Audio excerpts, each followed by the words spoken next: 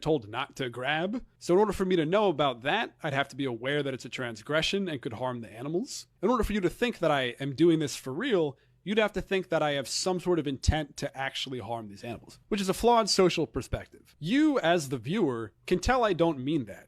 You know I'm not actually grabbing the fish in the aquarium petting zone. I'm making fun of anybody that does actually grab. But I'm also making fun of that true desire in myself. Let me grab the fish. Let me grab him, dude. Just a little grab. But with irony, we have to play the fool. We're not simply pointing out something stupid. That's the realm of observational comedy, rant comedy, roast comedy, insult comedy, that sort of thing. For it to be ironic, we have to be the one playing the fool. We have to be the one saying or doing the stupid thing. There are as many ways to do this as there are potentially bad ideas. As many fools as there are in society. Going against your reputation. Without doing some clear, stupid shit, you can go against who you are as a person. Your known character, identity, beliefs, opinions, personality. Let's say two people say the exact same thing. I love flying in my private jet. The first person is a tech billionaire. The second person is Greta Thunberg. Only one of those is a contradiction against reputation. We can tell that Greta would be kidding. She would be specifically making fun of the rich people that do that, saying that it is a flawed thing to do, and would be doing so from a climate and class perspective. We can't always rely on reputation because people don't always know us, dude. We'll talk about that in a bit in the ways that irony can fail. By the way, the you can be like a group or even media. For example, The Onion is a satirical newspaper with a known reputation for making fun of other news outlets. So when we see a headline from either The Onion or from CNN, that reputation is relevant information.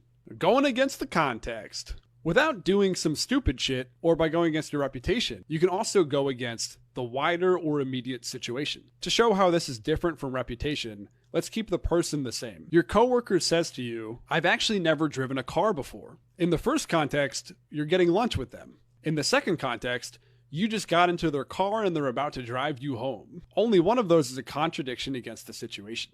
In the first situation, it'd be totally reasonable that a coworker had never driven before, and they're just telling you like a fun fact about themselves. In the second situation, it goes against the fact that they have somehow procured a car and are behind the wheel and are about to drive you home. We get a logical failure that arises from the context, which is that they would be about to put you in harm's way.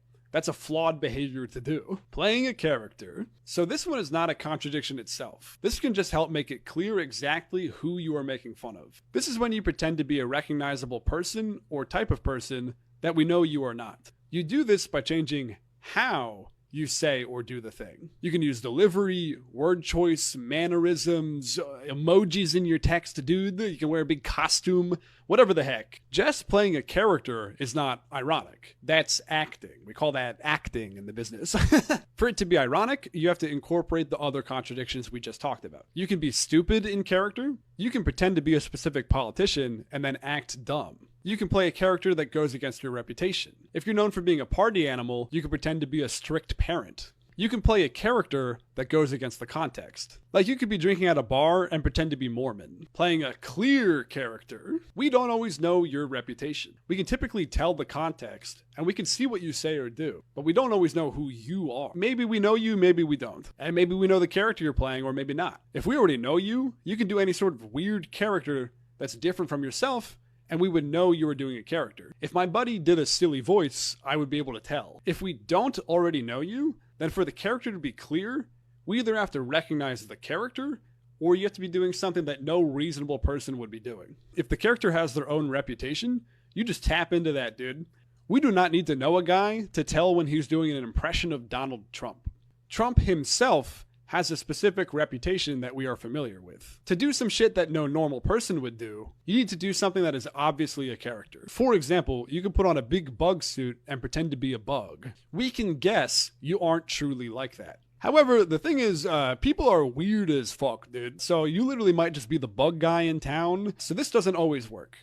When you're not sure, you can often check someone's reputation. You can scroll their profile. You can look up other stuff they've said or done. You can see who they've had on their podcast. Is this conservative comedian just playing an ironic, transphobic character? Or did they literally just actually have Donald Trump and Tucker Carlson on their podcast? Clear to who? The irony only has to be clear to some in-group or intended audience. It does not have to be fully clear to everyone ever. In fact, an inside joke only needs to be clear to one other person. You might do something that only your best friend can tell as irony, but it's still irony. I know different homies online who are doing sort of cringe, awkward irony, which I find very funny, but to an outside observer, they are just being cringe or awkward. Making the irony deliberately not clear to an outside audience can be a joke itself, where the joke is essentially trying to get strangers to fall for the bait, which can be funny in its own sort of prank way. However, my major focus and point here is capital C comedy. Comedians doing regressive material publicly for a broad audience. When you perform on stage,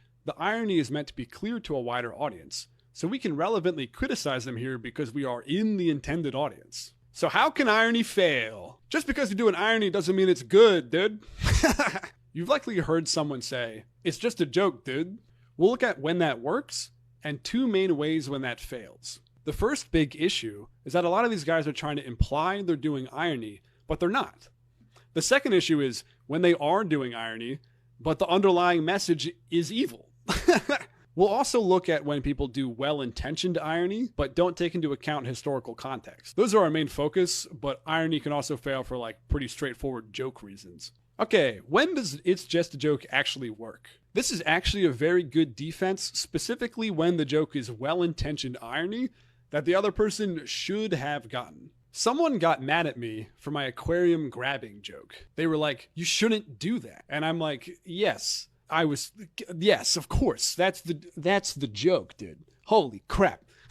That's when I would use the defense, "It's just a joke. I'm not actually doing that." It's meant to be clear to any reasonable person that I'm not actually doing that. Contradicts my reputation of tickling fish.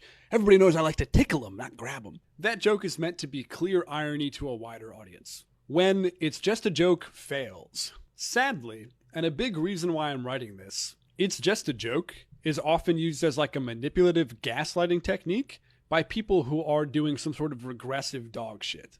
They are co-opting the original use of that mechanism. They are inappropriately using it to hide what they are saying and doing. Not all jokes are ironic. If the joke was unironic, was just a metaphor or hyperbole, they say it to make you think that it was an ironic joke, with the implication being that it wasn't actually regressive. If it was an ironic joke, they say it to make you think that humor is a form of speech in a vacuum, and that any underlying ideas are void because it was in joke form. Comedy is, of course, not in a vacuum.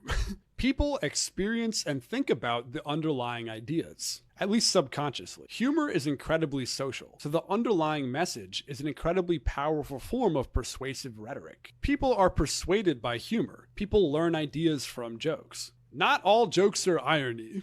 Comedians will be like, "People don't get irony," and then use an unironic metaphor. There are many other types of jokes besides irony. Metaphors, hyperbole, misdirects, pattern projection, etc., etc. These can be used with or without irony. They also each have their own separate underlying message. Let's say you're a conservative comedian and you do a joke, "Trans women look like apes in wigs." So first, let's check for irony. Does this joke have a deliberate self-contradiction? We can disagree with the metaphor, but there's no clear self-stupidity. This comedian is not being the fool on purpose, they are simply describing a group of people. Now let's check reputation. Let's say this is one of the conservative comedians who recently had Donald Trump and Tucker Carlson on their podcast. It's not a specific person, it's kind of a vague amalgamation of different guys. Which is sad, right? It's sad that it could be multiple people. So no, this does not contradict their reputation. Context. Let's say that the context is a comedy show, either stand-up or their podcast.